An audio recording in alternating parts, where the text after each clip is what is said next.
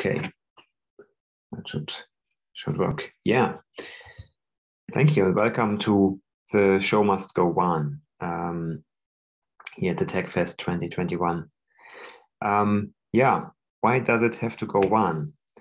Of course, during the last year, the COVID-19 pandemic affected all of us, and it affected actually social lives, private lives, public lives, but also, of course, the work life.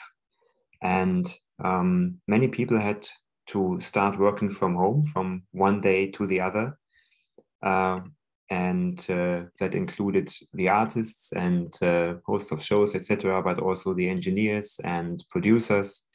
So it is obvious that the need for means to make remote production possible increased drastically. This development was on track before already, but of course the COVID-19 situation gave this development a big boost. Video conference software was already available since a long time, like Zoom, Skype, etc., which we all use. But obviously this uses a lot of encoding and compression on audio and video. That's not really suitable for high-end content production of audio and video. So the question arises, how can we make remote mixing, recording, and production possible with the technical means we have at hand, particularly ST2110, AES67, network audio, network video, and streaming. And pretty soon after the first lockdowns were happening in different countries, we were approached by customers who were interested in finding out what we can do. How can we go on to do some sort of production, and is it possible to use AES67 for that, for instance, and to use the products available? And I want to show you a few products, a few projects we did and proof of concepts we ran with together with some customers, and tell you a bit about the background, the concepts that were used to approach this, and also the constraints and things that you have to keep in mind when you do AES67 over WAN.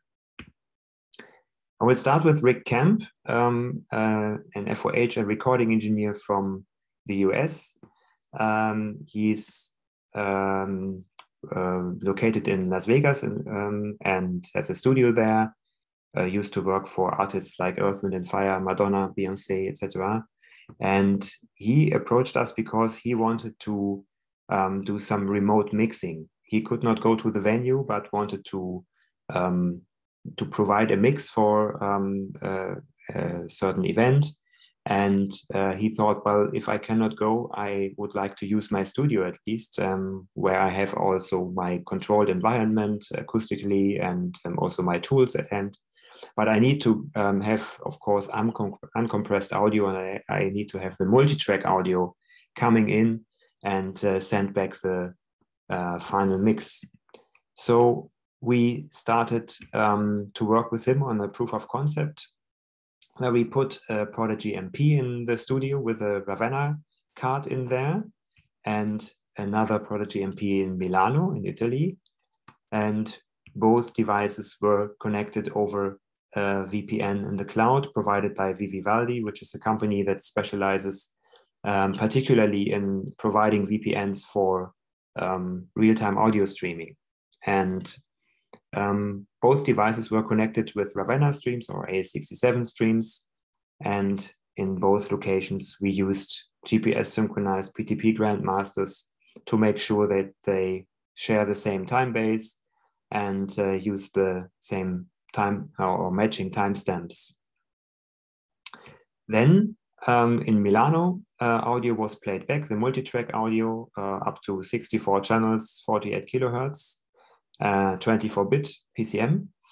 And that was streamed to Las Vegas, where Kemp did the mixing and sent back 7.1.4 immersive audio and the stereo mix to Milano, where it was received and controlled or recorded. And of course, in both locations, everybody made sure that there were no glitches and checked the audio for its integrity and the sound quality. Although in this setup, the delay between the two locations was not really crucial and was not of big interest, we could achieve a round-trip delay back and forth of less than 2 seconds. So that's of course not completely real time as if you were in the next door, but still quite an impressive number, I think, given the distance of the two cities.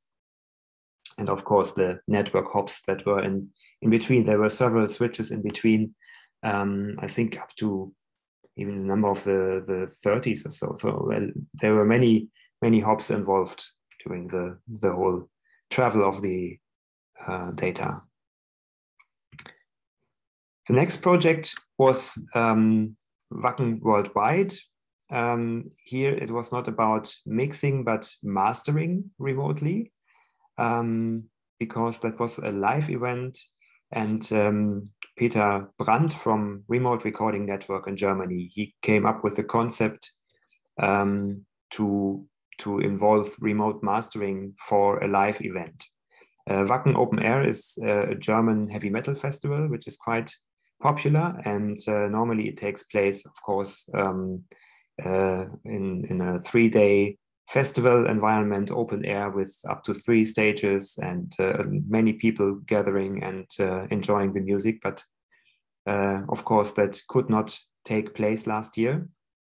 So they decided to turn it into a virtual event where actually the bands came in to Hamburg and played on a virtual stage in Hamburg. And their FOH engineers came in as well, and they mixed the band live as if they were do it for an actual open air event.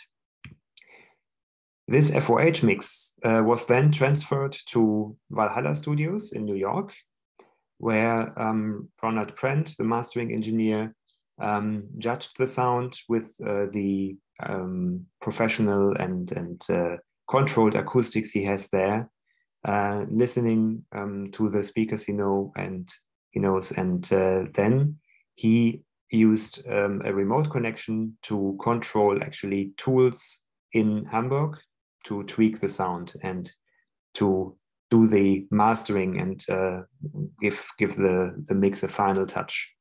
That was then used to broadcast through the remote operations center by Riedel in Wuppertal, where the whole production was also controlled. And from there, the live broadcast went out to the internet.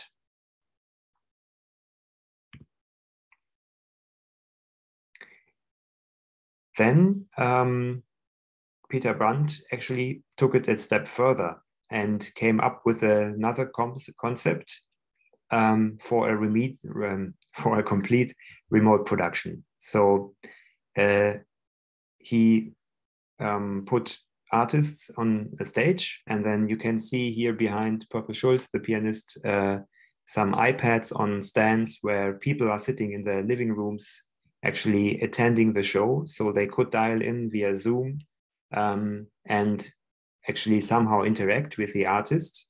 At least he could see how they reacted on his performance. And he had the feeling somehow that there's an actual audience involved. And the special thing about this production was that it was completely run with remote, as a remote production, where all the departments were also placed remotely. So here you can see the stage where actually not many people were involved in this location, just the two artists and the iPads. You can see there's a lot of lighting involved and cameras, of course. But actually the live performance took place in Bottrop on this stage. And the lighting operator was sitting in Frankfurt, so several hundred kilometers away. The director of the whole production was sitting in Vienna and watching from there and directing from there. In Mainz, the camera control and stream delivery took place, and also the image mixing was done, while in Munich, the lighting design was surveyed. And again, in New York, in the Valhalla studios, the sound recording was finally judged. In Berlin, the quality control took place and the remote audience management was done. So handling all the Zoom sessions, etc., making sure that this audience involvement works well. And then in Cologne, finally, the FOH and broadcast mix was done in a studio, also under controlled acoustical environment. So no OB van involved at all in this production. And the center finally was again the Riedel Operation Center in Wuppertal, where all the signals came together, and of course also the communication between all these remote positions was handled and managed. And as you can imagine, this is a very important part if all the departments are spread out and nobody can just walk over to the next room, talk to each other, or meet on stage. So communication between all the departments is a very crucial point here. And this was done centrally in the ROC. And yeah, also finally the distribution took place from there. Now, for those projects, especially for Wacken, a German telecommunication company was involved as a sponsor. And as you can imagine, in this case, bandwidth is not an issue. They just provided a big gigabit link, and with not only 1 gigabit, but several hundred in the end. So it was not a big deal, and they took care of made sure that it's reliable, and okay, that's not a problem in this case. But this is of course not the standard. If we go back and think about the situation with the lockdowns, where people had to change from their office to their living room and continue to work just from one day to the other. Of course, the only thing we have or they have in their homes is a standard internet connection, DSL connection, which you can buy from an internet service provider. So the question is, how can we provide a service? What can we do to run remote production using a standard internet connection? And what are the challenges if you want to do that? Well, of course, you don't have any predictability in terms of latency. For instance, the latency can change at any time. It can change to between the very short latency and can get bigger, as Nicola also laid out, that you can end up with asymmetric connections, etc. So it's not easy to handle that. Also, the bandwidth is sometimes not stable. It's not guaranteed, and it can change, probably not as fast as the latency, but it's probable that it changes. And also, of course, packet loss can occur at any time, which is not a big deal. If you use TCP/IP, checking your emails, browsing in the internet, you don't even notice that. But for RTP streaming, as with SD2110, this is an issue.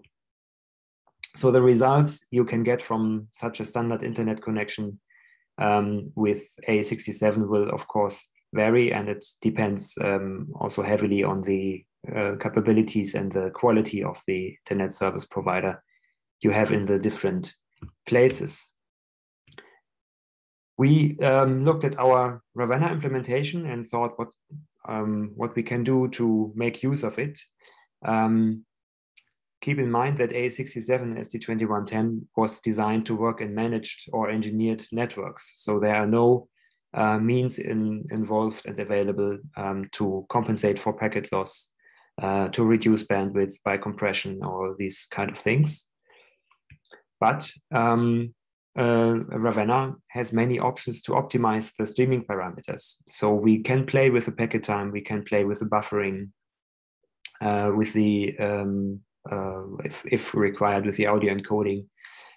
So there are a few things where we can tweak, and also we can use a VPN service to create a sort of production network, which is then closed and also safe, so nobody can just dial in and listen to the streams.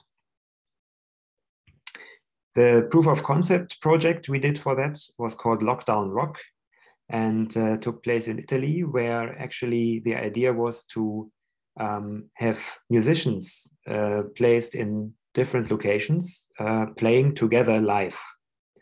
So that was already quite a demanding and ambitious idea, but yeah, we gave it a try. And the setup looked like this. In the first location, there was a piano player and a singer. They were connected to a Prodigy MP and got their own monitor mix directly from that device. It was mixed locally inside of the box. And at the same time, their signal was streamed out to the VPN in the cloud. And then in the second location, we had another singer with a guitar, where also the monitoring was done locally in that box. And so in this case, the monitoring was zero latency. But of course, they had to listen to each other. And in that case, we used streams with a very low latency, with a small packet time, which is, of course, an issue because with a packet jitter that occurs and also a packet drop here every now and then, there are clicks, audible clicks and glitches. Actually, it turned out that the timing was much more crucial, of course, for the musicians than a click every now and then. So they didn't really bother about these little ticks or noises. They just faded that out in their head. But they focused on the timing and how they could make music together, and using a low latency stream that served quite well. Then we had a third location, which was the control room. And here streams were received with a much bigger buffering and bigger packet times. So we could make sure that here the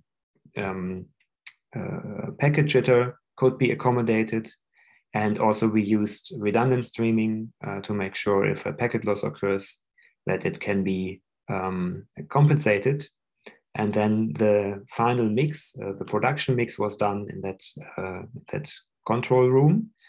And also the control of all devices involved, including the devices in the artist places, were controlled from that one place via remote network. And so the artists actually did not have to know anything about their device configuration. They didn't have to do anything. They just plugged the VPN router into their DSL connection and then could connect to the control room.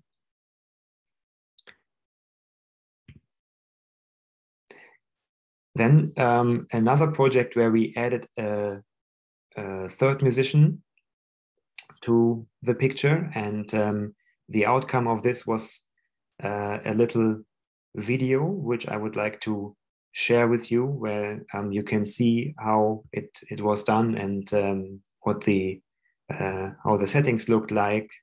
And it's just a few minutes, and also with some feedback from the musicians.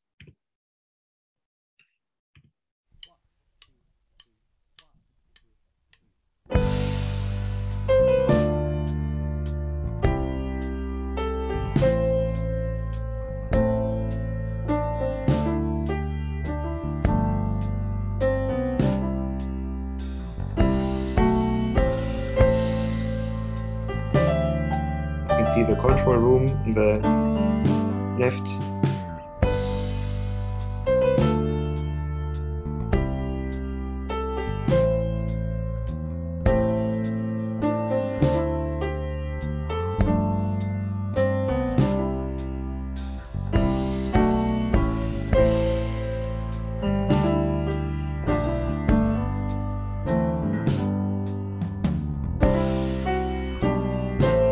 Here are the settings. Quite low stream delay for the monitoring.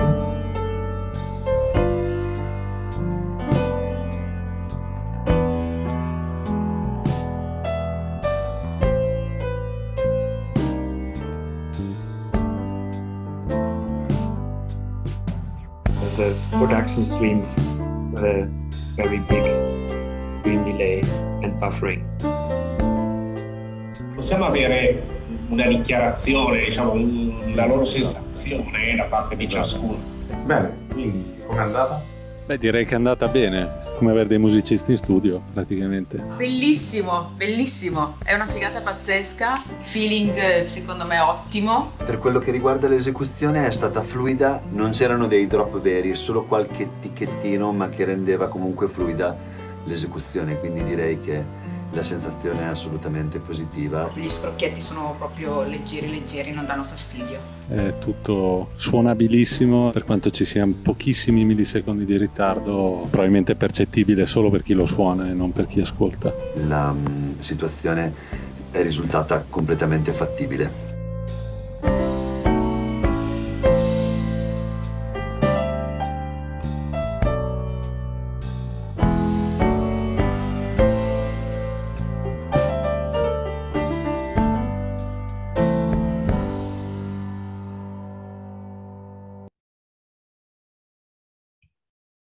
Okay, yeah, so the musicians got acquainted with the slight delay, which was not avoidable, of course, but it was still okay for them.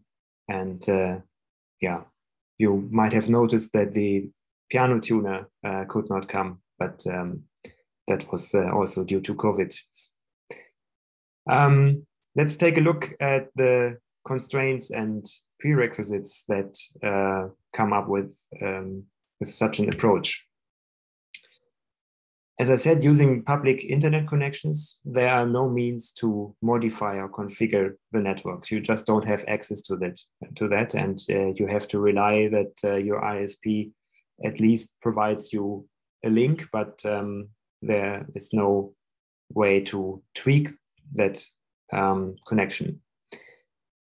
What one can do is to set up, of course, a VPN to make sure all devices are in one virtual production network.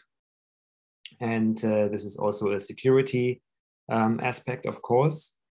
This VPN needs to be powerful enough to handle the A67 streams back and forth, and probably also the PTP if required, if you don't have GPS synchronized grandmasters in each location. So it's of course recommended to ask for a VPN service for professional consulting or somebody who provides that.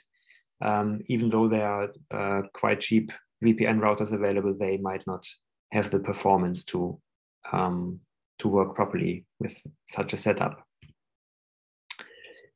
The packet drops could be handled by using stream redundancy with ST2022-7 for multicast and a similar approach for unicast where it was used. Of course, one could also use one of the reliability protocols, for instance, SRT. And SRT can also provide encryption on the streams. Then the packet jitter, of course, needed to be handled in case where PTP is not available and needs to be transmitted over WAN. Jitter filters are required, of course, and probably also an SRC on the receiving end to stabilize the clock. Of course, it makes sense also to look at the options which Daniel already pointed out, using an Edge Grandmaster or these kind of things to stabilize the clock and make sure that it's really properly synchronized. For the streaming, we used large input buffers of several 100 milliseconds to accommodate the packet jitter, which of course increases the stream delay, which is not a big deal if you just record it and use it for the final mixing, but for the monitoring between the locations where musicians have to interact and play together, low latency streams were used to make sure that they have a good feeling when playing together. And depending on the capabilities of the VPN and of the network, both is possible. You can use multicast or unicast for both streaming and PTP distribution. The outcome of those tests was or is a collaboration between Vivaldi and DirectOut now, which where we provide a service called Vivid. And it's meant to be a customized service to easily set up such remote productions using a standard internet connection. So what you get is a system which is comprised of a Vivaldi VPN router, which is connected to the DSL connection, and then an audio device like the Prodigy MP to connect the actual audio sources.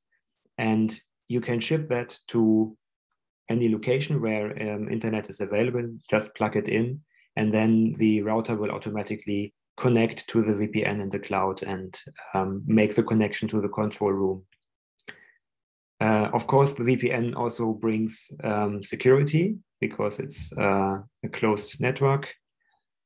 It has an integrated redundancy concept for the streaming, and it supports, as I showed already, low latency streams as well as high reliability streams. And the audio box, the Prodigy MP in this case, allows for local mixing and sound processing. So the monitoring is eased up for each musician, and he can listen to himself without any latency. And another crucial thing is, of course, that everything is remote controllable. So the engineer tweaking the system, configuring the system, can actually access all devices from a remote position and make sure that everything is in order, or adapt the system to the situation. Yeah, so all in all, of course, audio over IP over WAN is a demanding task for the network regarding bandwidth and also the ping times. If you have too long ping times, of course, you cannot go below a certain delay. But the pandemic did also boost somehow the infrastructure projects. And I think we can expect better and better network connections in private homes in the future. Actually, in Germany, we are still quite slow with that. I know that in other companies, fiber to the home, for instance, is already a standard. And I think in these cases, using a service like Vivid will really ease the remote production possibilities in the future. And even without the pandemic situation, it can reduce travel efforts and travel costs, and yeah, make sense in many cases.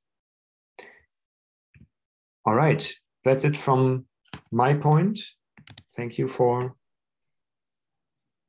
being with me here and being with us. I will hand over back to Terry if I manage.